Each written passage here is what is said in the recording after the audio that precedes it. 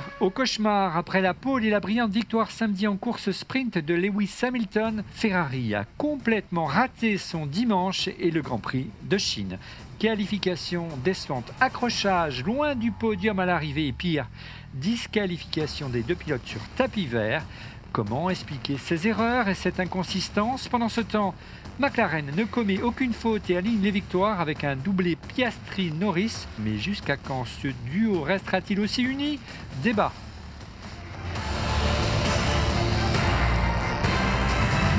Mais quel sommaire, mes aïeux. Bonjour à toutes et à tous. Très heureux de vous retrouver pour On refait la F1. Merci beaucoup pour votre fidélité et n'hésitez pas à nous soutenir en vous abonnant à notre chaîne YouTube et à liker la vidéo, s'il vous plaît. Je vous rappelle que nous sommes également disponibles en version audio sur Apple Podcast, Spotify et Deezer. Et comme chaque semaine désormais, c'est tous les lundis, on refait la F1.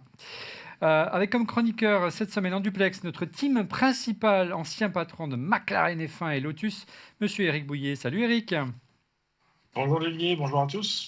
À mes côtés, celle que l'on surnomme DRS Queen, supportrice de Max Verstappen et de Red Bull, la reine Justine Pélisson. Salut Justine. Bonjour Olivier, bonjour à tous. Il demeure le fan numéro 1 de Lewis Hamilton, mais il a choisi, lui, de rester fidèle à l'écurie Mercedes et à l'étoile d'argent et porter ses couleurs, notre polémiste de la F1, Laurent Pantanat. Salut Laurent. Bonjour tout le monde. Eh ben, dites-moi, il est le recordman des victoires de Quiz F1. Va-t-il perdre son titre cette semaine? Il voit la vie en bleu, blanc, rouge et un peu rose. Sponsor titre d'Alpine, Monsieur Guillaume Pommier. Salut Guillaume. Bonjour Olivier, bonjour à tous. Et j'en profite avant de débuter pour porter un coup de chapeau aux Bleus du foot qui sont qualifiés brillamment hier soir contre la Croatie. Comme Alpine ne brille pas forcément en ce moment, j'en parle parce que je suis bleu-blanc-rouge.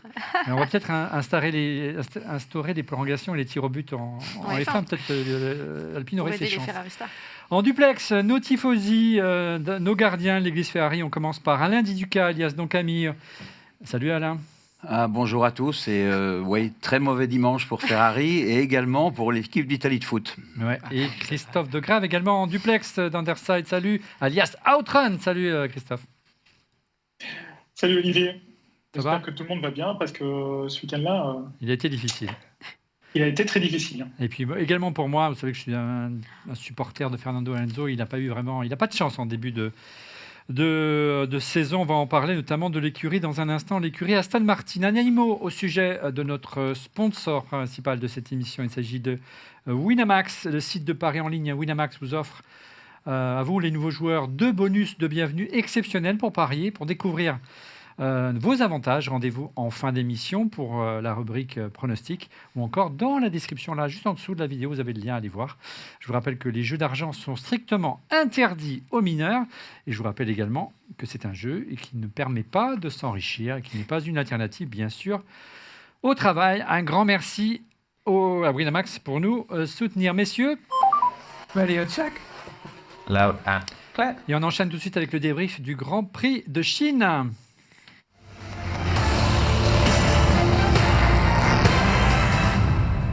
Regardez ma fiche, je reviens. Voilà. On jette un rapide coup d'œil sur le classement du Grand Prix de Chine. Regardez, avec une victoire solide cette semaine d'Oscar Piastri, le jeune pilote australien talentueux sur sa McLaren, suivi de Lando Norris et troisième à nouveau George Russell, surprenant George Russell sur sa Mercedes cette semaine. Et du côté, on retrouve effectivement Max 4e, Esteban Ocon, le Français 5e, Kimi Antonelli 6e, suivi d'Alexandre Albon qui prend le dessus sur Sainz, sur sa Williams. Les rookies s'en sortent plutôt bien à l'image d'Olivier Biermann. Et surprise, Lance Stroll qui marque des points à chaque Grand Prix. Et puis Carlos Sainz qui a un peu de mal en début de saison. Du côté des Français, Ocon 7e, Gasly disqualifié, on va en parler. 5e, exact. Et Hadjar 12e, c'est ça, si je me souviens bien. Je pense qu'il est 11e. Ouais. Après, il est 11e, on vous confirme. Allez, on commence par vos tops, les amis, pour ce 1127e Grand Prix de l'histoire de la Formule 1. On commence avec Eric. Eh ben, écoutez, mon top, ça va être Esteban Ocon. Alors, nonobstant ma relation avec lui, mais c'est après un début de saison compliqué aux essais et en Australie, il a fait effectivement une course magnifique en Chine et je pense qu'on a retrouvé le sourire chez Haas. Guillaume, c'est également ton coup de cœur. Oui, voilà, c'est évidemment Ocon mon top. Je Je suis d'accord avec ce qu'a dit Eric. Début difficile pour As. Ils étaient clairement nulle part à Bahreïn et en Australie, c'était pas terrible. Là, on a déjà un regain de performance de la voiture qui a bien fonctionné. Ocon est 11e en qualification. Donc porte de la Q3. Et puis oui, d'accord avec Eric, il a fait une course magnifique. Il est 7e, on va dire, avant les disqualifications, et 5e après. C'est une magnifique performance. Et il a porté très haut les couleurs de la France en Chine hier. Ce week-end. Eric, Ocon a expliqué les problèmes chroniques qu'avait la Haas, notamment à Melbourne. C'est un problème de rebond, comme avait notamment la Mercedes il y a quelques temps. Il semblerait que le tracé, son resurfaçage en Chine l'ait bien aidé. La voiture était collée au sol. Oui, et puis après, on voit justement là les limites d'une petite équipe par rapport à une grosse. On voit que Mercedes a traîné son marsouinage pendant très longtemps. C'est clair que Haas a tellement d'autres sujets à traiter qu'ils ont moins de personnes sur dessus. Et donc, je pense qu'ils se sont fait un peu surprendre. Après, c'est un problème quand même compliqué en aéro, puisque pour le dégrader, il faut soit rouler très dur, et donc on dégrade les pneus, et quand c'est bosselé, ça devient compliqué. Soit on doit rouler plus haut, et donc forcément, on perd énormément de performance. Donc oui, je pense que le tracé particulier de la Chine, avec son nouveau traitement resurfaçage, en tout cas, les a aidés. Maintenant, ça va être un peu plus compliqué sur les autres circuits, mais d'ici là, ils auront eu le temps de processer un peu et de travailler sur les différents réglages. Dans Olivier, pour Ocon, on peut juste aussi mentionner le superbe dépassement sur Antonelli. Je pense que là, ça vaut quand même le coup. Non, mais Antonelli, que beaucoup ici annoncent comme la nouvelle star de la F1, c'était au top la semaine dernière. Waouh! Franchement, Ocon, un peu dans l'herbe, vraiment magnifique mouvement. C'est quoi ton problème avec Antonelli? J'ai aucun problème, mais italien. Que tu dises que le dépassement est magnifique, je te l'accorde. C'est quoi ton problème avec Antonelli? J'ai aucun problème avec Antonelli. Et je dis juste en fait que beaucoup ici l'ont mis en top la semaine dernière et j'ai été surpris par vos tops. Il avait juste un problème de fond plat aussi. Il avait un peu cassé sa voiture. Donc, bon. Il a roulé sur la question, c'est comment il l'a cassé aussi. Non, il a roulé. Alors c'est facile, il a roulé sur une pièce sur l'aileron avant de Leclerc. Ah oui. D'accord, non mais pour être évident en Q1, en Australie, il avait roulé sur Leclerc aussi. Non, il avait un problème de fond plat. Ah d'accord. Bon, il a plus de points à lui seul qu'Alpine, s'il te plaît. Tu as attribué les propos qu'on avait réservés. Je défends. Ça commence fort aujourd'hui. Je défends. Je suis la seule à avoir eu un bon week-end. Alors, on va essayer d'en placer une. Guillaume, un point sur les Français. On commence par Isaac Hadjar, qui a brillé ce week-end. Fais-toi plaisir en qualif notamment. Oui, Hadjar, il a été très solide tout le week-end. Il a battu Tsunoda d'ailleurs, à la fois en qualification et en course. La mésaventure de Melbourne est oubliée. Alors, oui, effectivement. Donc, très bonne voiture, très, très bon pilotage, beaucoup de vitesse, beaucoup de maturité pour son deuxième Grand Prix. Et je vais revenir tout à l'heure sur la fin de la course, parce que je pense que Racing Bull a totalement détruit en fait, la course de ses pilotes. Et honnêtement, il y avait un top 6, top 7, je pense, pour les deux Racing Bull à la régulière. Alors, on en parlera dans les flops tout à l'heure. Un mot au sujet de Gasly et d'Alpine, si vous voulez. Guillaume, c'est à. Du coup, après, je parlerai un peu moins. Oui, non, écoute, Alpine. Oui et non, voilà. C'est dit. Non, mais oui, mais non. Non, mais il y a. En difficulté, la seule écurie, rappelons-le, qui n'a pas encore inscrit de points au championnat. J'étais un peu déçu parce que c'était prometteur à la fois à Bahreïn lors des essais et en Australie. Et là, il y avait clairement un manque de performance. C'est aussi ce qu'a dit Gasly. Ouais. À la fois en qualif et en course. Donc, je mets de côté la disqualification parce que de toute manière, on n'était pas dans les points.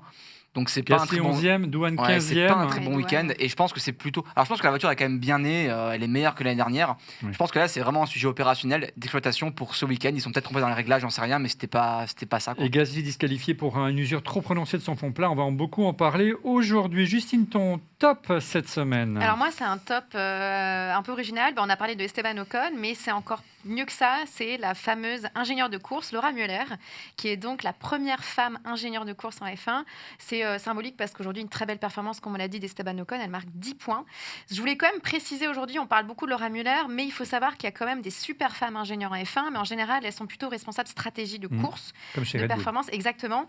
Et notamment avec, je vais essayer de ne pas écorcher son nom, avec Hannah Schmitz, qui est chez Red Bull depuis 2009, qui est vraiment une pépite montante et qui a pu vraiment gérer la stratégie, notamment de Max Verstappen en 2019, il me semble, au Brésil. En 2022, quand Pérez a gagné Monaco, elle a vraiment été décisive sur des décisions.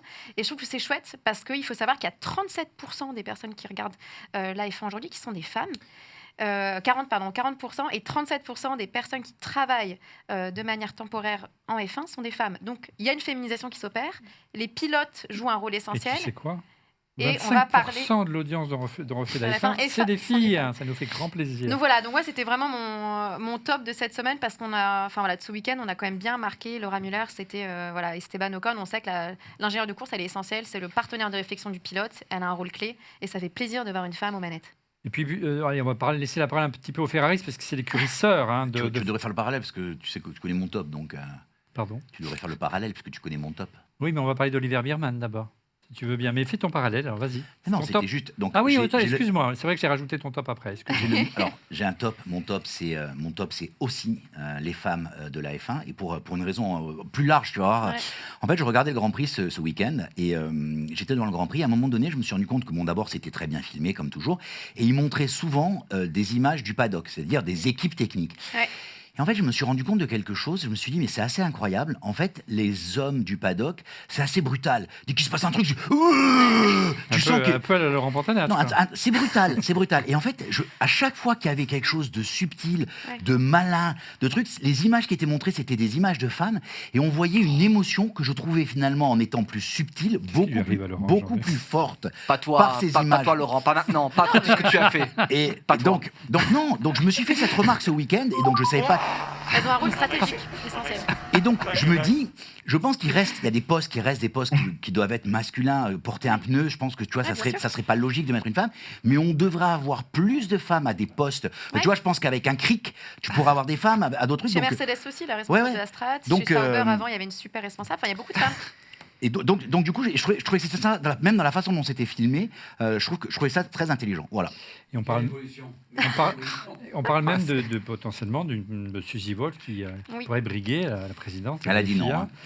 Ouais, bah, elle est jeune, elle a l'avenir devant elle. Alain, monsieur Doncami, quel est votre top cette semaine? Alors, mon top, c'est Oscar, qui a été juste parfait, taille patron. On en parle moins parce qu'il est plus discret que Lando. Et que Laurent Pantana, ça c'est sûr. Et que Laurent Pantana, mais ça, c'est impossible. Oui, taille patron parce que très... Désolé, Laurent Pantana. Il a été très bon lors des 2 séances d'essai, puis il a été très bon à la course sprint, très bon pendant la main race. Par rapport à Lando, je l'ai trouvé très calme. Lando beaucoup moins calme. Parce que dès le début, il dit « la voiture est difficile à conduire ». Puis moi, je dirais que c'est plutôt du bullshit, cette histoire de dire « je ne veux pas me mettre dans le dirty air », etc. Je crois qu'il n'était pas plus capable de suivre Oscar que ça. Donc, grosse différence ce week-end. Et si Lando regarde les stats, c'est embêtant. Parce que lors des 8 derniers Grands Prix de Chine, avant celui-ci, les 6 vainqueurs ont été champions du monde. Et là, c'est peut-être une ouverture pour les autres au niveau de la fight entre les deux, mais par contre, McLaren est loin devant tout le monde. Oui, effectivement, un Oscar Piastri très solide ce week-end. Hein. Il est tout jeune. Hein. Il a sa 2e saison en F1, hein, je voudrais dire 3e saison en F1. Déjà, donc il a une marge de progression qui est fantastique. On a noté quand même une relative encore osmose entre les deux pilotes. Hein. Ils se sont même salués à la fin du Grand Prix. Est-ce que vous ne pensez pas que, au fur et à mesure, cette entente risque un petit peu de se craqueler à l'image d'un Lewis Hamilton et Nico Rosberg il y a quelques années? Ouais, ou d'un Senna et d'un Prost. En fait, ces gars-là sont Sachant que hyper... Norris est quand même très, on le sent déjà un petit peu sensible. Il y avait quand même, on l'a vu passer, personne n'a noté, mais sur les réseaux sociaux, à la fin du Grand Prix, je vous l'ai envoyé sur le WhatsApp, parce qu'on a un petit WhatsApp, on se partage. Il y a quand même une petite pique que lui envoie Oscar à Lando. Il lui dit Lando, multi-21. Ah, mais ça n'a rien à voir. C'est une Ça- blague, ça n'a rien à voir. Les je sais gestations sont pas, totalement est-ce qu'il n'y avait différentes. pas une consigne de course Ah non. que au premier virage, il ne devait pas s'attaquer et que effectivement, comme a Je fait crois pas. Vettel, il faut rappeler les faits. En fait, le multi-21, c'était une consigne qu'avait passée Red Bull à Sébastien Vettel. Avec Weber, face Avec à Weber. Weber, si le premier qui partait en tête devait garder la tête, il ne devait pas s'attaquer, ce qui n'a pas respecté Vettel, et Weber a perdu la course. Weber, qui est le manager Oscar Piastri. d'Oscar Piastri. Est-ce qu'il n'y aurait pas une consigne de course qu'on n'aurait pas respecté notre ami Lando? Je sais pas.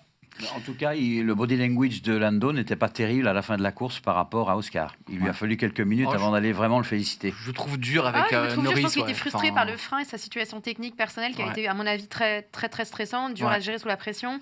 Moi, j'ai vu plutôt un pilote qui était désespéré à la fin, qui avait peur de ne pas tenir le coup, et on voyait qu'il perdait tellement de vitesse avec son problème de frein. Donc moi, je pense un tour de plus, Russell le doublé. C'était d'un danger. Oui, alors depuis tout à l'heure on parle, et on est là pour ça. On n'a pas dit un truc, c'est que c'est quand même un week-end où il y avait aussi un sprint. Ouais. Et Piastri a quand même fait 2e au sprint. Donc il y a 2e au sprint, premier la course. C'est du solide. Attends, si le sujet, c'est de dire est-ce que Piastri a été supérieur à Norris ce week-end ? Oui, il l'a été. Tu vois, Norris a été en retrait par rapport à Piastri tout le week-end. Il le sait. Maintenant, est-ce que ça va aller sur la saison ? Non, 8e. Je pense pas. Non, mais ça se creuse les points. Mais ce que je dis, quand même, c'est un circuit révélateur. Voilà. Sur 8 courses, 6 champions du monde, c'est pas n'importe quoi. C'est un circuit compliqué. Par contre, c'est clair, parce que si jamais les deux luttent pour le titre, rapidement, il va y avoir des tensions. C'est évident, c'est obligatoire, c'est l'essence même du sport. C'est là où j'ai été coupé tout à l'heure par Olivier quand je disais ça. Je dis donc, ce sont des individualistes, tous, autant qu'ils sont. Ils se battent chacun pour eux. Ils sont dans des équipes en disant je joue le rôle de l'équipe, mais en fait, ils jouent le rôle de l'équipe d'abord eux, puis après l'équipe. Et donc, à tout moment, dès que la pression va commencer à monter, il y a déjà quelques petites rancœurs de l'an dernier. On a demandé de laisser, tu vois. Piastri a joué le jeu l'an dernier à plusieurs reprises. On l'a laissé, donc lui. Pas toujours. Non, mais ça a laissé gagner Piastri. Oui, parce qu'il y avait potentiellement le titre. Donc non, ça va se jouer. Mais ça va jouer partout. Ça va se jouer chez Ferrari, ça va se jouer chez McLaren, ça va pas se jouer chez Red Bull. C'est bien un endroit où ça va pas se jouer. C'est chez Red Bull. On sait pas, on sait jamais. Christophe, les McLaren en tout cas ont dominé quasiment la course tout le temps et s'affirment un peu plus comme l'écurie à abattre en ce début de saison, Christophe. C'est certain. Non seulement la voiture est sans doute la voiture la plus rapide aujourd'hui dans des configurations un peu différentes. Après, on n'a pas vu tous les circuits. Aujourd'hui, on n'en a vu que 2, et donc c'est 2 cas de figure particuliers. Mais effectivement, sur le papier, ils ont aussi 2 très bons pilotes qui sont assez jeunes malgré tout et qui ont tous les deux vraiment l'envie de devenir champion du monde, comme tous les autres de la grille, mais qui en ont sans doute ici la possibilité un jour. Et moi, je trouve qu'en plus de ça, il n'y a pas tellement de tension entre les 2 pilotes, parce que je pense franchement que la version de Norris qui ne veut pas être dans le dirty air est la bonne malgré tout. Max l'a fait également, en fait, a été super intelligent derrière les Ferrari. Comme le disait Justine, il y avait quand même énormément de problèmes techniques en fait, du côté de Norris. Donc le body language, il vient sans doute de là et de la fatigue. Mais ils se rendent l'appareil en fait. Aujourd'hui, c'est assez cohérent, je trouve. Il n'y a pas tellement de frustration. Ça ne semble pas être frustrant de part et d'autre. Et donc, pour en revenir à ta question, bah oui, c'est sûr et certain qu'aujourd'hui, McLaren, c'est l'équipe à abattre. J'aurais préféré que ce soit Ferrari, mais c'est pas comme ça. Eric, ton sentiment, on a vu quand même une frustration de Lando Norris, et il a une déclaration assez étonnante disant que la voiture ne lui convient pas, elle n'est pas taillée pour son pilotage tout simplement, et qu'il éprouve de grandes difficultés à pouvoir l'utiliser dans une fenêtre convenable. Oui, alors, écoutez, tout ce que tu me demandes en fait a déjà été un peu dit. Après, moi, je rejoins plutôt Alain, effectivement, que les autres. Le body langage, pour moi, à l'arrivée, c'est pas la frustration des freins et autres, c'est le fait que Piastri a gagné et que Piastri a toujours gardé 3 secondes et demie d'avance et qu'il a, en gros, je ne vais pas dire qu'il s'est baladé, mais il a contrôlé la course. Et Piastri, qui est quelqu'un d'extrêmement calme, sans prétention, j'ai l'occasion de le voir régulièrement en plus. C'est quelqu'un qui est vraiment, je dirais pas un lancer faire le grand plat, parce que c'est pas très sympa, mais qui est plutôt quelqu'un de extrêmement réservé, et on voit, il contrôle ses émotions, c'est incroyable. Le mec, il gagne le Grand Prix masterclass, quoi, et il sort de la voiture, il fait bonjour, merci, excusez-moi d'être là, j'ai gagné la course, et voilà. Et tu sens que Norris est quand même plutôt ennuyé, on va dire. Donc j'espère simplement que ça va pas comme au début des tensions, le début de la boîte à excuses aussi, parce que la voiture qui est pas pour moi, le machin, le truc, enfin voilà, ça ce sont des excuses habituelles que dont les pilotes raffolent pour justifier, voilà. Mais bon, on verra si c'est le cas. Mais moi je pense que Oui, il va y avoir rapidement quelque chose à gérer, en tout cas chez McLaren, ce qui va être l'ego des deux pilotes et surtout celui de Lando. On a vu l'année dernière qu'ils ont mis quelques grands prix à prendre une décision et désigner un pilote numéro 1, ce qu'ils ont fait un peu tardivement. Et cette année, il faudra certainement prendre une décision beaucoup plus tôt, effectivement. On revient avec toi, Christophe, avec ton top cette semaine. Alors, mon top, c'est Russell. Russell, parce qu'il fait un travail de fou chez Mercedes. Tu vois, j'en parlais ce midi avec un pote. Justement, là aussi, on en parlait il y a quelques secondes. Red Bull, c'est vraiment l'écurie monopilote. Tout se fait autour de Max. Et puis voilà, et le reste s'adapte. La grosse problématique, c'est que si demain Max s'en va, tout est à reconstruire très certainement chez Red Bull pour tout un tas de sujets. Et ici, chez Mercedes, on aurait pu croire la même chose. Au départ d'Hamilton, on aurait pu se dire, finalement, tout va un peu s'écrouler. Et c'est pas du tout le cas. Russell reprend en fait le lead. Mercedes est même plus performante en fait que ce qu'elle n'était l'année passée. Et je trouve que c'est vraiment géré de main de maître. Il a fait une qualification incroyable.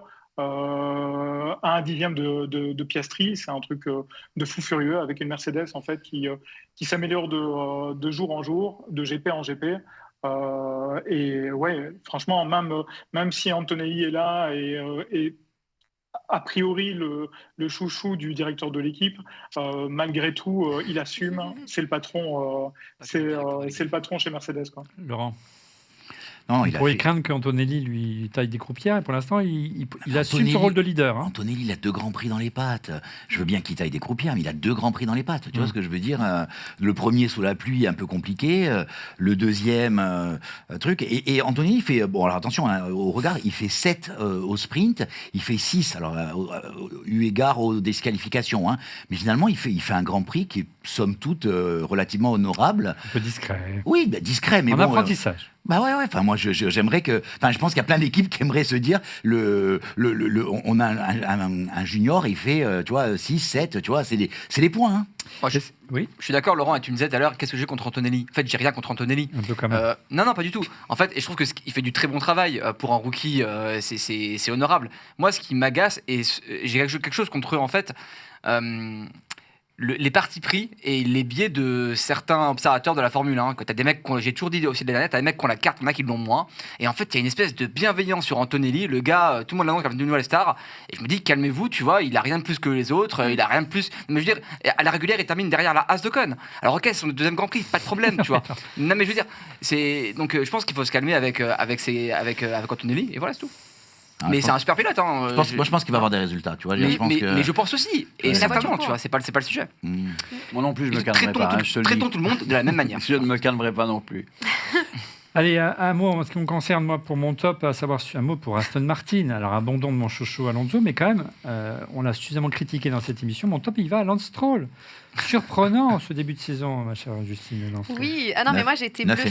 Mais oui, mais je trouve qu'il y a en plus ces 2 fois dans les points. Et c'est vrai que la saison dernière, on savait que c'était un pilote qui avait un énorme potentiel. Mais alors, moi je rigolais, on en aurait dit un Pérez, quoi. À chaque fois, on était hyper déçus. Il gâchait le nombre de mèmes sur l'internet qui étaient viraux. Et là, je l'ai trouvé hyper bon en défense. Je l'ai trouvé très solide. Ça fait 2 grands prix qu'on le voit. Il est au rendez-vous. Il performe bien dans les points. Et c'est intéressant pour Aston. Dans des circonstances quand même particulières. Non, mais tu vois, il est solide. Il a la carte lui aussi, c'est ça. Il a surtout la carte bleue de son père. Alors, on enchaîne avec les flops et Eric. Alors moi, écoutez, je vais, n'en déplaise à Justine, désolé, mais je vais mettre sur la table Lawson et Red Bull, en fait. C'est quand même assez incompréhensible que, malgré la pression, malgré tout ce qu'on peut lire ou voir, ils vont détruire ce gamin. Quand on voit le nombre de mèmes sur les réseaux sociaux, le nombre de blagues qui sont faites sur lui, ils vont le détruire psychologiquement, alors que, et puis Marco, à son habitude, en remet une couche plutôt que de l'aider. Ils l'ont effectivement extrêmement utilisé cet hiver pour tout un tas d'activités pour Red Bull. Et maintenant, il est en train il prend un peu le boomerang à l'envers, donc forcément, ça fait mal. Par contre, au lieu de clairement prendre position pour l'aider et s'en sortir, parce que je pense qu'effectivement, c'est peut-être pas un Max Verstappen en devenir, mais le gamin, il mérite pas d'être là où il est. Pour l'instant, on n'a pas vu un Horner très convaincant, et je parle même pas de Marco, évidemment. Donc c'est pour ça, c'est mon flop, c'est comme d'habitude la gestion des pilotes chez Red Bull. 0 pointé donc pour Liam Lawson, le pilote néo-zélandais. Rien ne va durant ce Grand Prix. Sans parler du Grand Prix précédent où il s'est craché aux essais, où il est resté scotché en Q1, abandon en course, de nouveau scotché en Q1 en Chine. Il ne s'est pas qualifié en Q2, il se classe seulement 15e. Alors regardez sa déclaration, parce qu'on lui a posé la question, qu'est-ce qui se passe ?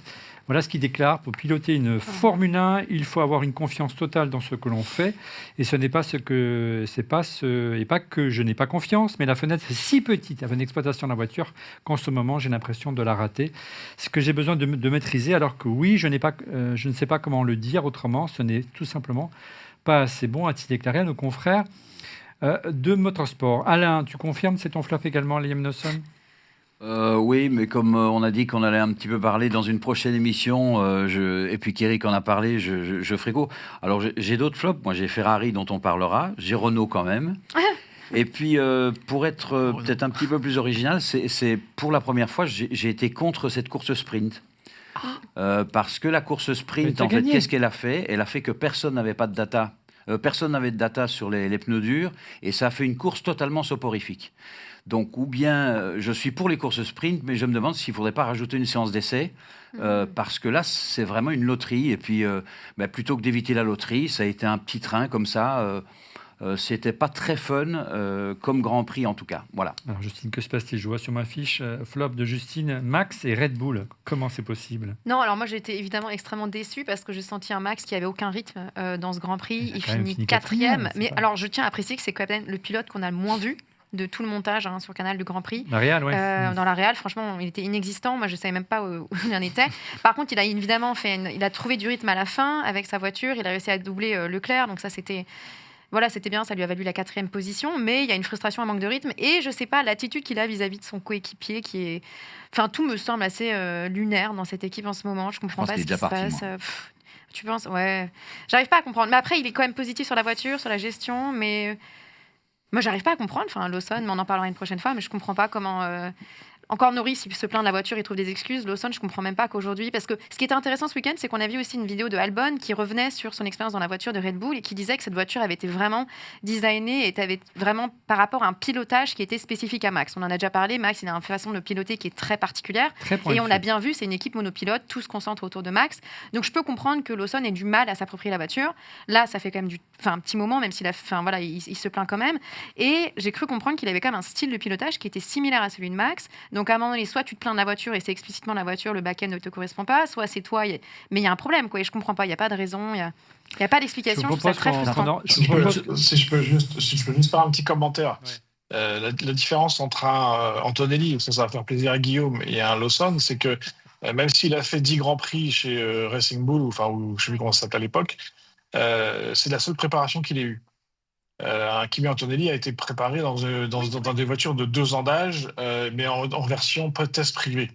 Ouais. Et effectivement, Max roule avec des voitures, ce qu'on appelle survireuses, c'est-à-dire des voitures qui ont beaucoup d'avant. Et trouver un pilote qui a ce type de pilotage, il n'y en a pas 50, et en général, c'est toujours le plus vite. Les Alonso, c'est la même chose. Les Lewis, c'est la même chose, puisque c'est la manière la plus vite de conduire une voiture. Néanmoins, on est en F1. On est chez Red Bull. Quand il faut l'acheter dans le virage, la voiture, et que l'arrière se dérobe, c'est forcément pas très confortable. Ouais. Et c'est de ça qu'il parle. Ouais. En dehors, j'imagine, de la pression qu'il a dans le paddock. Mais c'est qu'effectivement, aujourd'hui, il n'est pas encore assez confortable pour aller aux limites de la voiture. Et voilà, 5 dixièmes en F1, malheureusement, en 2025, c'est 10 places. Sachant qu'effectivement, nous y reviendrons la semaine prochaine, et sachant également qu'il y a quand même ces deux Grands Prix, l'Australie et la Chine, des circuits qu'il découvrait, contrairement à l'année dernière. Donc on verra s'il est encore là pour le Grand Prix la prochaine fois. C'est à, aidez-moi. Au Japon, s'il est au Japon, si ça va se passer, s'il est toujours là. On en parle la semaine prochaine. Oui, parce qu'il y a une réunion interne. En fait, pourquoi tu dis ça ? Parce qu'en fait, il y a une réunion interne qui se tient demain ou après-demain sur le sujet. Il sera toujours là, mais peut-être pas dans la même voiture. Alors, allez, Guillaume, no spoiler. On enchaîne. Du coup, transition avec cette autre voiture qu'est la Racing Bull. Moi, mon flop, c'est la stratégie de Racing Bull en course.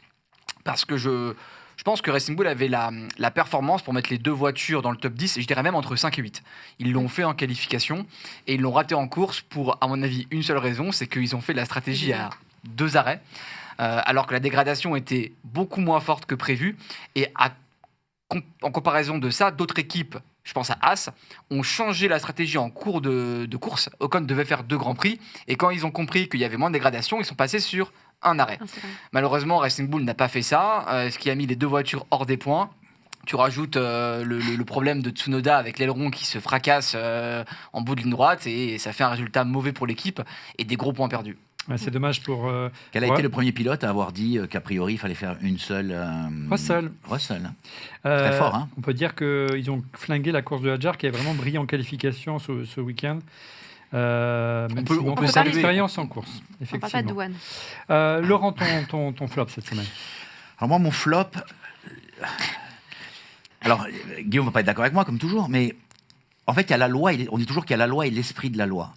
Et donc, en fait, la voiture, donc, sur le poids, je suis embêté, mais bon. Alors, tu dis, il y a eu 3 éliminations ce week-end. 3 disqualifications ce week-end, liées pour certains au poids. Donc, en fait, la voiture faisait plus de 800 kilos, mais quand on a pris les 2 litres d'essence nécessaires, on s'est retrouvé en dessous, donc disqualification. Et la voiture de Hamilton, sur l'épaisseur d'une planche qui n'est plus en bois, tout le monde dit en bois, mais elle n'est plus en bois, c'est un mélange de carbone et de titane.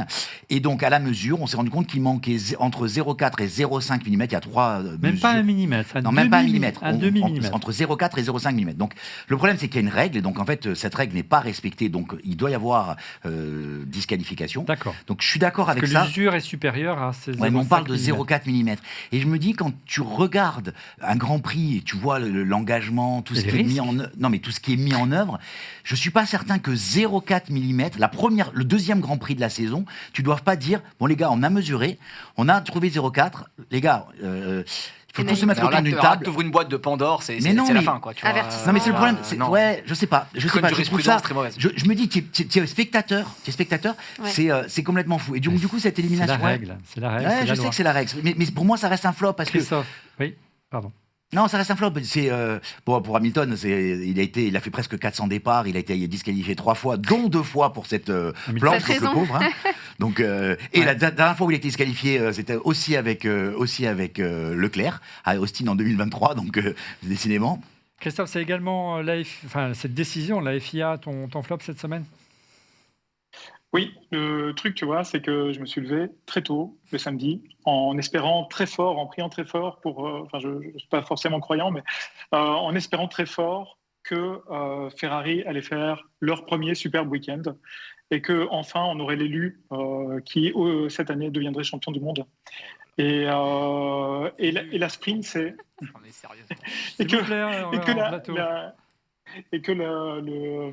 Et puis, en fait, la sprint se passe super bien. Hamilton, premier, il va le réveiller tôt, mais pas dimanche. Voilà, il défonce en fait le record du tour sur le circuit, etc. Puis après, on n'entend plus parler des autres. Hein. Il est devant tout le monde pour la sprint. Et puis, c'est pas du tout la même chose qui se passe par la suite en fait pour la qualification et puis pour la course le dimanche, où là.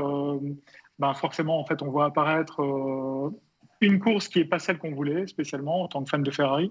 Et puis derrière encore, on vient te rajouter une petite couche, tu vois, l'effet qui se coule, où on vient te dire, en fait, tes 2 pilotes, ils sont disqualifiés. On parlait d'abord de Charles, et puis après, on parle d'Hamilton, de Lewis. C'est un week-end à oublier, mon cher Christophe. C'était un week-end à oublier. Et effectivement, je reviens sur ce que disait Laurent, tu vois, il y a la règle et puis l'esprit de la règle. Et ça, c'est ce que moi, je me disais avant d'échanger avec Eric, qui, je pense, a des trucs à dire sur le sujet. Parce qu'effectivement, tu te dis 0,4 mm, en fait, c'est pas grand-chose. Tu te dis 1 kg sur 800, c'est quand même pas terrible.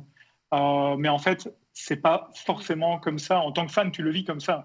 Mais derrière, et c'est pour ça qu'on a Eric ici, les vrais spécialistes en fait, de Formule 1 qui travaillent dans la Formule 1, eux, peut-être peuvent apprécier différemment les choses lors d'un Grand Prix. Eric, je te laisse la parole.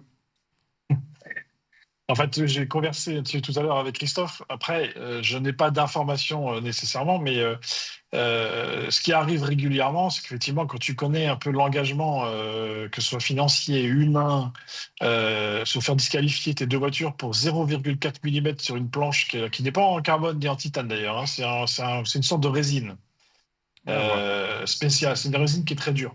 Et en fait, pour 1 kilo, effectivement, ça paraît un peu sévère. Je pense que la vérité, elle est un peu ailleurs. C'est que, pour l'avoir vécu, c'est que quand ça t'arrive comme ça, de temps en temps, les ingénieurs se trompent, ou il y a un incident, ou il y a quelque chose, et tu finis avec une planche à 0,4 mm. Il arrive régulièrement que la FIA te dise, écoutez, on vous met un avertissement, mais il ne faut pas que ça recommence. C'est la même chose pour le poids. Le poids, c'est plus compliqué à gérer. Quand tu es 1 kilo en dessous, en général, tu te fais disqualifier. Mais sur l'histoire de la planche, c'est quand même un peu particulier. Et puis, en fait, je pense qu'ils ont eu peut-être un ou deux comme ça, petits coups de règle sur les doigts, soit aux essais à Bahreïn, soit en Australie, on ne sait pas. Soit l'année dernière d'ailleurs, parce qu'en fait, il faut savoir qu'il y a l'intersaison pour nous, les fans qui regardent, mais en fait, en Formule 1, il n'y a pas l'intersaison. Donc, si quelque chose a été dit à Abu Dhabi, voire au Grand Prix d'avant, il est possible en fait que la FIA s'en rappelle, comme on dit. Et donc là, ils ont peut-être tapé sur le doigt un peu plus fort en disant on vous l'avait dit, vous avez loupé le coup, désolé. Carton jaune pour nos amis de Ferrari. Mon flop également, c'est pour le mystère Ferrari. Comment une écurie peut être si brillante le samedi et être dans la panel le dimanche. Je vous propose qu'on y consacre le prochain chapitre.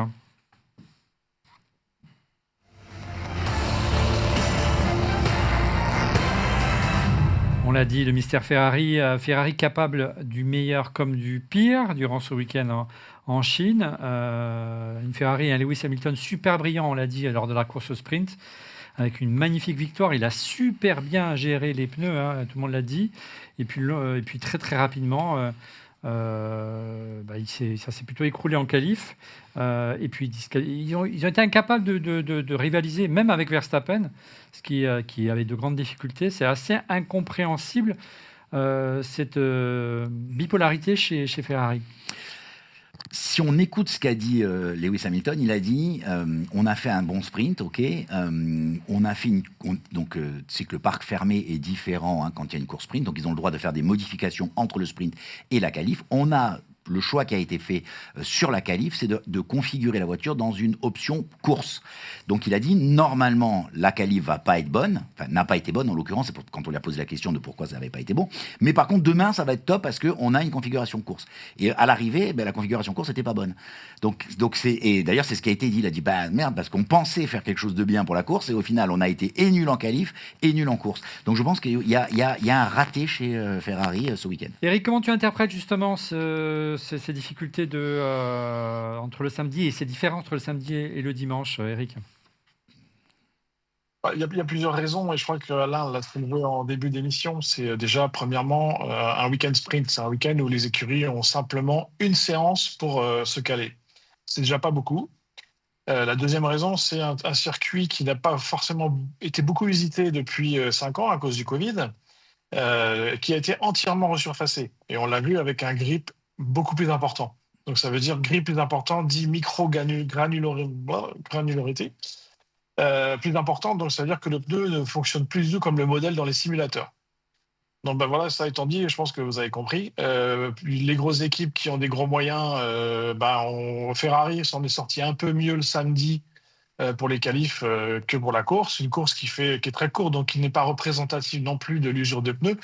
Et ensuite, quand on passe aux choses sérieuses pour la qualif, tout le monde s'est mis en ordre de marche et les plus rapides redeviennent les plus rapides.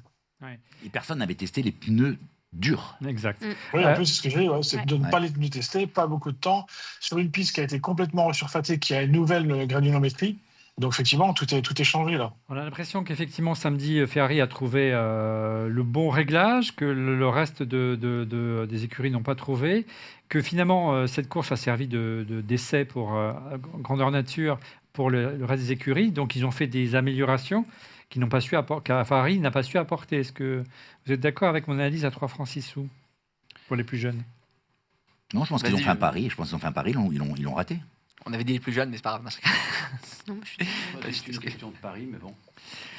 Pardon, donc Camille. Moi, je ne sais pas. Est-ce qu'on est déjà dans un point Ferrari? Parce que quand même. Oui, on est dans un point Ferrari. Oui, vas-y, lâche-toi. C'est un d'abord, il faut d'abord dire que pour Ferrari, c'est le doublé de la honte. On peut faire une erreur, mais en faire 2, ça fait beaucoup. Donc c'est 2 jokers de grillés là déjà. Ouais, bon, c'est comme ça. Deuxièmement, quand on regarde les statistiques, c'est le plus mauvais départ de Ferrari en championnat du monde de Formule 1 depuis 2009. Là, ça fait lourd. Puis il y a Stroll qui est devant.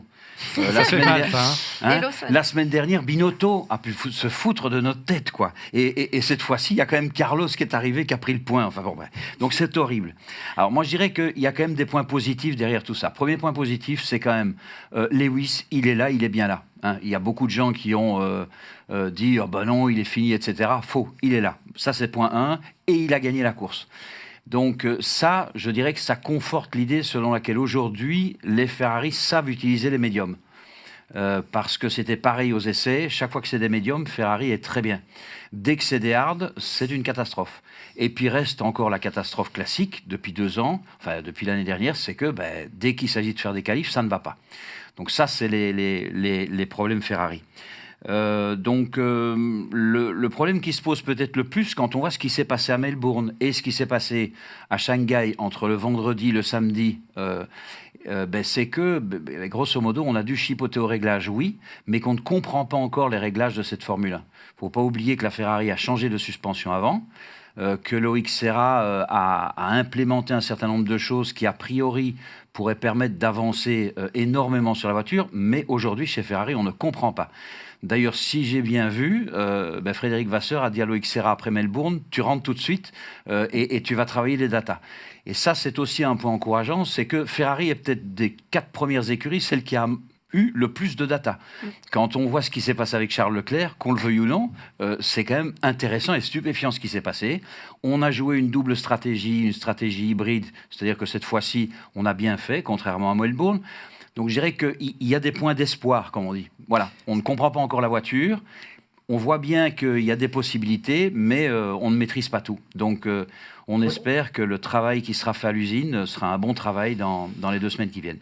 Et puis là, juste pour rebondir sur ce que Eric. tu dis, Alain, là, je suis un peu cheeky, mais non seulement ils n'ont pas amené de nouvelles pièces, mais en plus Leclerc a roulé avec des bouts en moins, donc si tu veux, et ça allait plus vite que la voiture qui était complète. C'est étonnant. Donc Non. là, je peux te dire qu'ils ont effectivement de quoi te gratter la tête à l'usine. Là. Oui.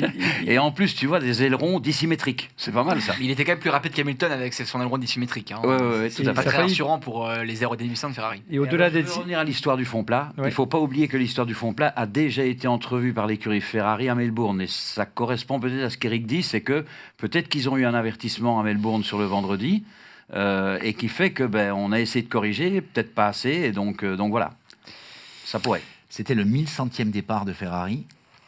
Double disqualification. C'est la première fois dans toute l'histoire de Ferrari qu'il y a une double disqualification. Ouais, deux gros jokers grillés, même c'est s'il y avait fou, 4 Grands Prix. Bon, il vaut mieux que ça arrive au 2e Grand Prix que. Oui, il vaut mieux que ça n'arrive pas du tout aussi. Non, mais qu'au dernier Grand Prix. Hein, je veux dire, Voilà. mais, Et puis au-delà des disqualifications, tout aurait pu s'arrêter au premier virage parce que il y a des pneus arrière.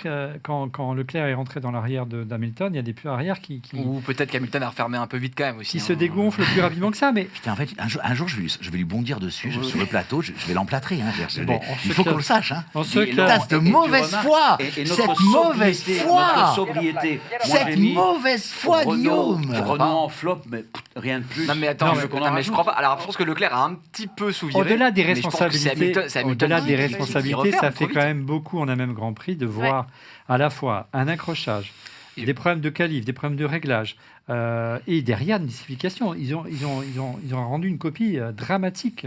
Ouais, et moi je vais juste dire 2 mots en fait, un avis un peu externe et totalement objectif sur Ferrari. Mais tiens, Il y a 2 problèmes. Alors, il y a le problème de la performance, et Alain a très bien rappelé avec cette stat pour dire que c'est le plus mauvais départ depuis 2009.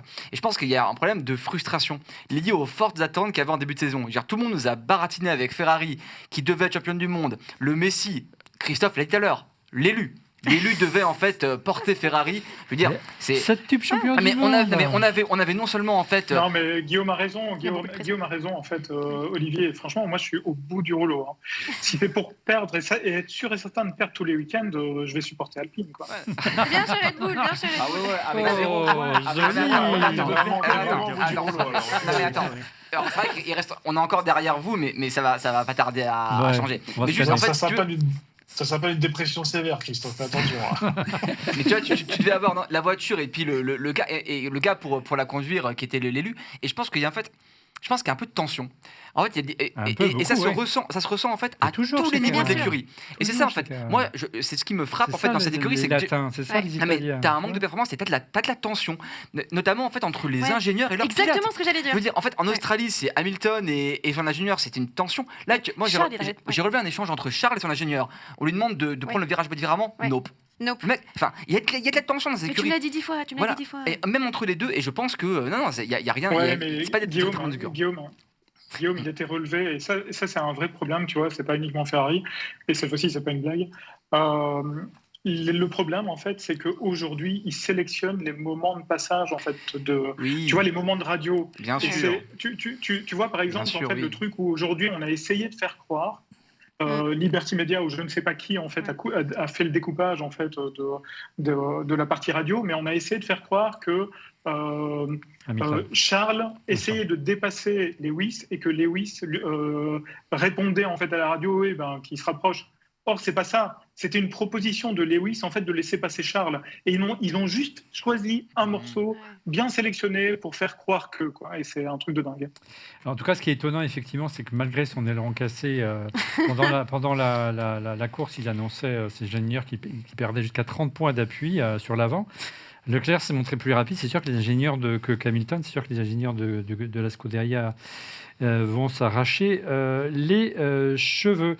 En tout cas, on l'a dit, 2 jokers de grillés en 2 Grands Prix. Ferrari qui rétrograde à la 5e place du classement constructeur, à égalité avec Williams.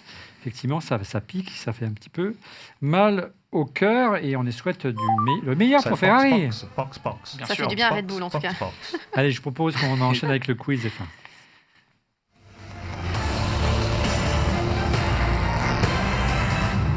Le quiz F1, ce sont 4 questions à chaque fois. Une réponse dès la première vous rapporte 4 points, 3 points pour la seconde, 2 pour la troisième et ainsi de suite. Si vous vous trompez, vous êtes éliminé, donc il faut répondre à bon escient. Est-ce que vous êtes prêts, madame, messieurs? Oui, Oui, on est prêt. Pas de faux départ. pas de disqualification. Je suis un pilote de F1. Mon grand-père est originaire de la Grenade.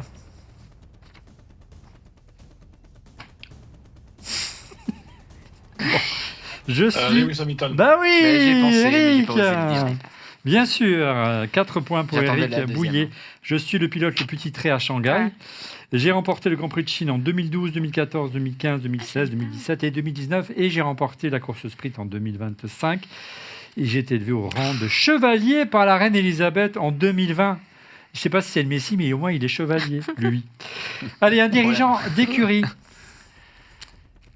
Je suis né à Lausanne. Suisse. James Wolfe. J'y pense, Non. James Wolfe. Non. J'ai remplacé Vettel par Sainz chez Ferrari. Binotto. Mattia Binotto, effectivement, qui est né à Lausanne et qui est italien, mais il est né à Lausanne. C'était un piège. J'ai remplacé Maurizio Arrivabene chez Ferrari et j'ai remplacé Andrea Seidel chez Sauber, le nouveau patron de Kick Sauber. Mattia Binotto. À nouveau, un pilote de F1. Ça fait combien 4 partout, c'est ça? En régie 4-3, si je me trompe pas. 4-3, oui, parce que je suis né à Lausanne. Quoi, 4 Pourquoi 4 la- pour la lui et deuxième 3 parce que réponse. tu n'as pas répondu à je suis né à Lausanne, tu as répondu à j'ai remplacé Ah Vettel oui, c'est par vrai, t'as Sainz. raison. Non mais Ah, c'est incroyable, hein. C'est incroyable. Putain, c'est un mauvais gagnant. lui. Arrêtez. Il y a des mauvais perdants et lui, c'est un mauvais gagnant. Merde. À nouveau un pilote de F1, messieurs, dames. Je suis le premier pilote à offrir un podium à Jordan F1. Je suis le premier pilote à offrir un Michael podium. Schumacher. Pardon? Michael Schumacher. Non. J'ai remporté 4 victoires en F1. Allez-y. Non. Irvine. Non, excuse-moi. Allez-y, une victoire. Ralf Schumacher. C'est Putain, c'est Eddie Irvine, effectivement. Bien joué, Guillaume. Malgré sa mauvaise foi, il inscrit encore des points. On est là. J'ai piloté pour Jordan, Ferrari et Jaguar. J'ai la même nationalité et je porte le même prénom que mon premier patron F1. Le regretté Eddie Jordan qui nous a quittés la semaine dernière. On voulait lui rendre un petit hommage quand même dans ce quiz F1. Ou en couleur, Eric, Eddie Jordan? Très haut en couleur, effectivement. Un personnage, on va dire, croustillant, assez atypique, extrêmement taquin, extrêmement déterminé et passionné. Enfin, voilà, ceux qui étaient en paddock, moi je ne l'ai pas beaucoup connu, mais il était un peu cheeky quand on faisait les interviews à la radio, enfin pas à la radio, à la télévision, pardon. Pour Sky. Mais ouais, voilà, mais c'était quelqu'un de très bien renseigné, de très passionné et très déterminé et qui a vécu sa vie pleinement. Voilà. Un pilote de F1 à nouveau. J'ai débuté ma carrière chez Jordan. Michael Schumacher. Alors moi, je pense que c'est Don Camille, mais la régie. Oui, oui. Je dirais Don Camillo aussi. Voilà. Désolé, Guillaume. Donc ça fait combien au score? Là, j'avais dit Ralph. Donc, Comme t'as mis Ralph, ouais, c'était même pas. Alors, les 4 pour quatre Don à Camillo, gagner. 6 pour Guillaume, 4 pour Eric. 6 Cory. Guillaume est en tête avec 6 points. Tu n'as pas répondu quelque chose, toi? Ah bon, d'accord. Non, non. Donc, c'est bien sûr de Michael Schumacher. J'ai débuté ma carrière chez Jordan. J'ai remplacé Bertrand Gachot. Je n'ai piloté pour Jordan qu'un seul Grand Prix. On a l'impression qu'il a qu'un seul Grand Prix. Et car la semaine d'après, ton ami Flavio l'a piqué à Jordan et l'a embauché chez Benetton. Mon ami Flavio. Mais oui, ton ami. À nouveau un pilote de F1. J'ai commencé le karting à l'âge de 5 ans. Sur le circuit du père de Jules Bonqui à Brignoles. Charles Leclerc. La régie? Oh, c'est moi, là. Bah, J'ai c'est entendu, Eric, là, il dans est sa C'est voix. Eric, c'est Eric. Il y a un gap. Alors, le score? 8 pour Eric. 8 pour Eric, Ouais. 6 pour Guillaume, 4 pour Don Camillo. Bon, Laurent, tu peux encore revenir. Non. J'ai été Il me semble champion. que tu as oublié une question, Olivier. J'ai oublié une question? Non, j'ai pas oublié une question. Non, j'ai pas oublié une question. Tout va bien. Bon. Comment ça, j'ai oublié une question? Non, Mattia Binotto, Lewis Hamilton, Eddie Irvine, Michael Schumacher, Eddie Jordan, mais c'est pas une question, c'est l'hommage, et Charles Leclerc, donc tout va bien. Ah, autant pour moi, autant pour Donc moi. on arrive à la dernière question. Je sais que je perds un peu la tête, mais mon grand âge, mais j'essaie de me débrouiller. Dernière question pour l'honneur, un pilote de F1. Ah non, pas pour l'honneur. J'ai couru 5 Grands Prix pour l'écurie Jordan en 2001. J'ai couru 5 Grands Prix pour l'écurie Jordan en 2001. Ok. La même année, j'ai couru pour l'écurie France Grand Prix. Allez-y. Ben oui, Jeannot, Jean, allez-y. 3 points pour Laurent Pantanage qui sauve l'honneur. Jordan sera ma dernière écurie en F1 et j'ai remporté une victoire en F1, notamment chez Ferrari, sachant que il avait fait toute sa carrière en Formule 3000 chez Jordan. Hein. C'est un des découvreurs de talent, un des talents de Jordan, c'est d'avoir découvert de grands talents et on pense notamment à Jeannot, Eric. Tout à fait. Il en a eu plusieurs d'ailleurs. Il a fait plusieurs. Évidemment, les pilotes de Michael Schumacher étaient importants, mais il a effectivement plusieurs pilotes qui sont passés chez lui, qui sont montés en F1, quasiment tous d'ailleurs, je crois. Ouais. Voilà, écoute, qu'est-ce que ça donne en termes de score, les amis, en régie? Alors, le grand gagnant, c'est Eric, avec 8 points. Ah, bravo. La tête de Guillaume. La tête. Qui devance Guillaume, qui a 6 points. Don Camillo, 4 points. Laurent, 3 points. Bon, Ah ouais, Justine, la prochaine Donc, la fois, c'est saison pour est toi. Christophe aussi.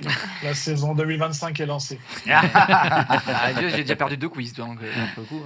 Allez, on enchaîne avec la minute Insta.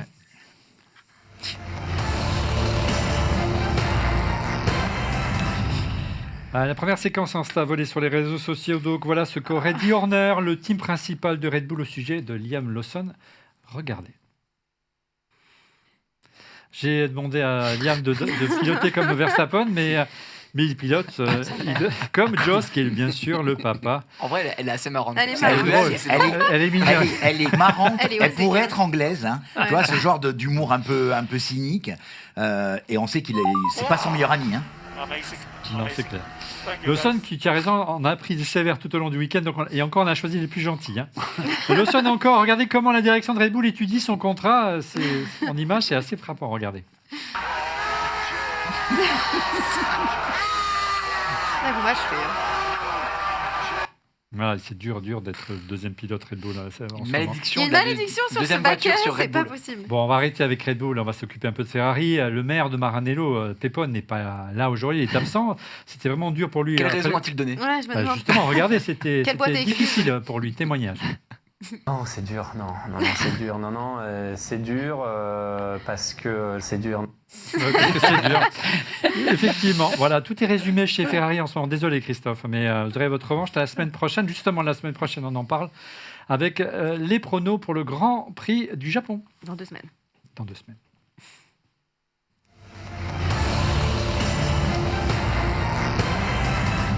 Les pronos avec notre partenaire principal de cette émission, il s'agit bien sûr de Winamax. Le site de paris en ligne offre à tous les nouveaux joueurs 2 bonus de bienvenue exceptionnels pour parier. Le bonus 1, Winamax vous offre l'équivalent de votre premier dépôt en pari gratuit jusqu'à 100 €.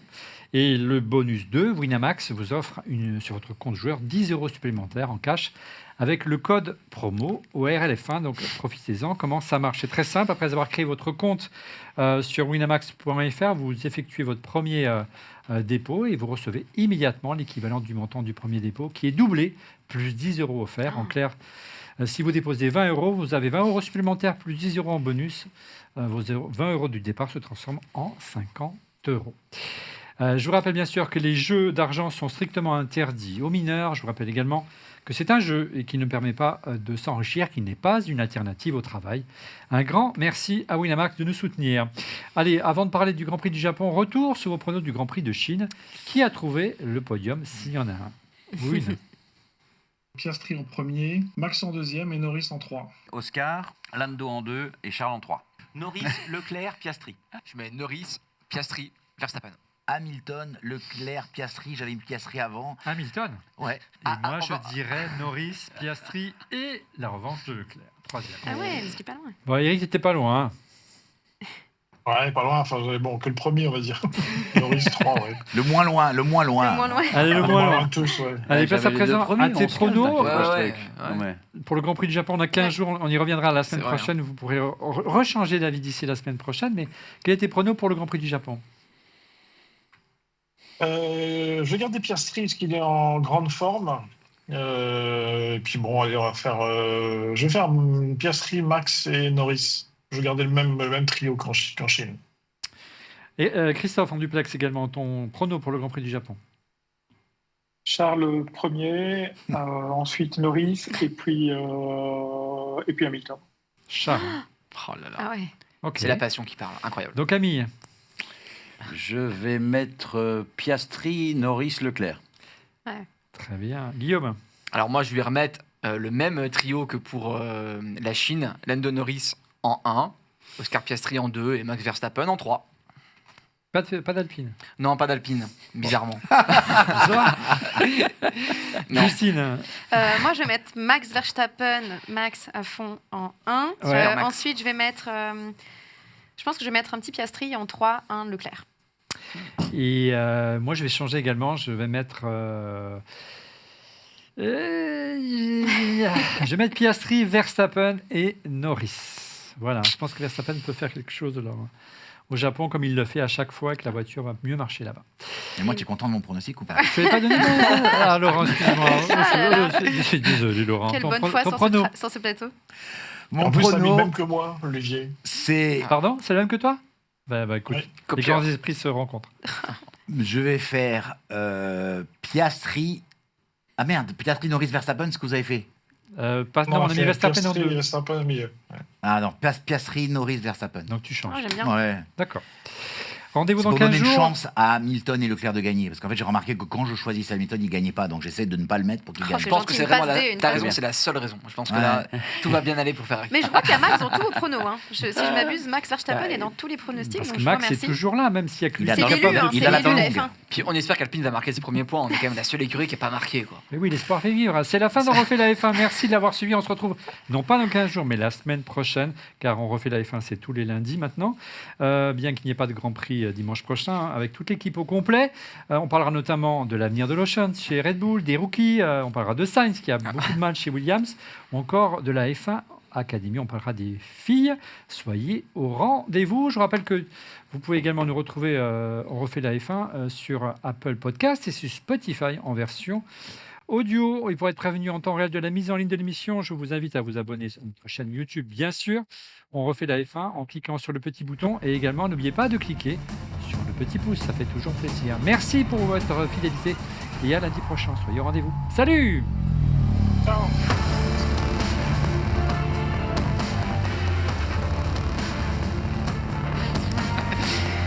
Il est là.